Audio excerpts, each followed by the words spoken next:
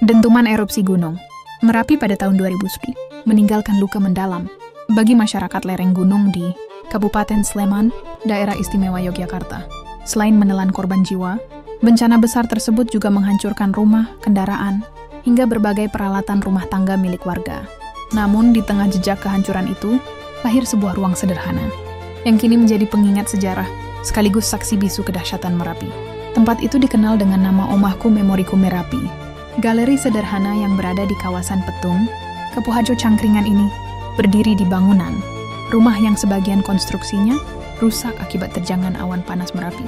Rumah tersebut kemudian diubah menjadi tempat penyimpanan berbagai benda sisa erupsi oleh Topo, salah seorang penyintas bencana Merapi 2010. Awalnya Topo lebih dahulu membuka pusat oleh-oleh dan kedai di depan rumah milik orang tuanya.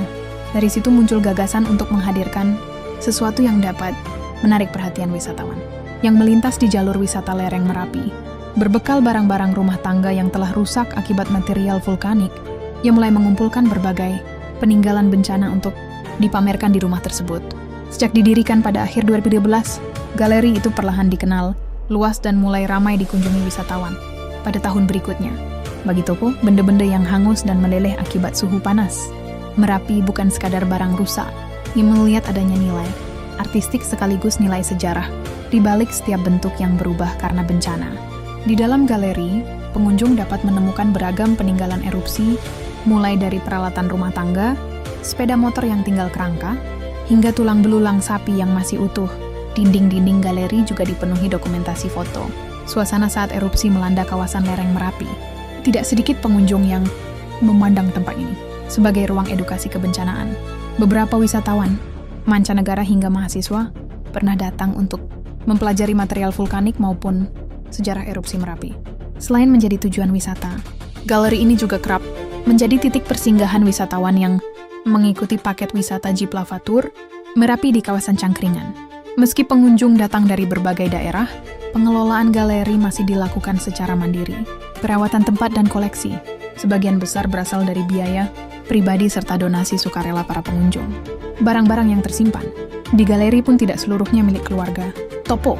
Sebagian merupakan titipan warga sekitar yang ingin menyimpan kenangan atas peristiwa erupsi, sementara beberapa lainnya diperoleh dari penjual barang bekas.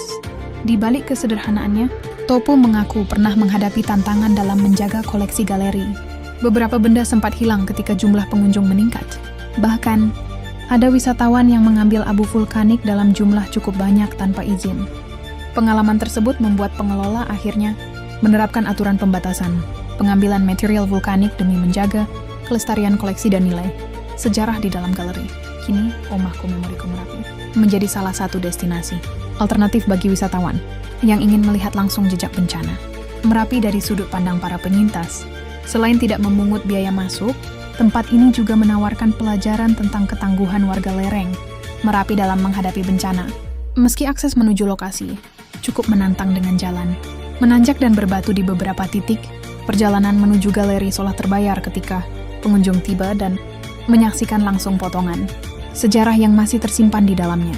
Di tempat inilah luka masa lalu tidak sekadar dikenang, tetapi juga dirawat agar menjadi pengingat bagi generasi mendatang tentang dahsyatnya alam dan pentingnya ketahanan menghadapi bencana.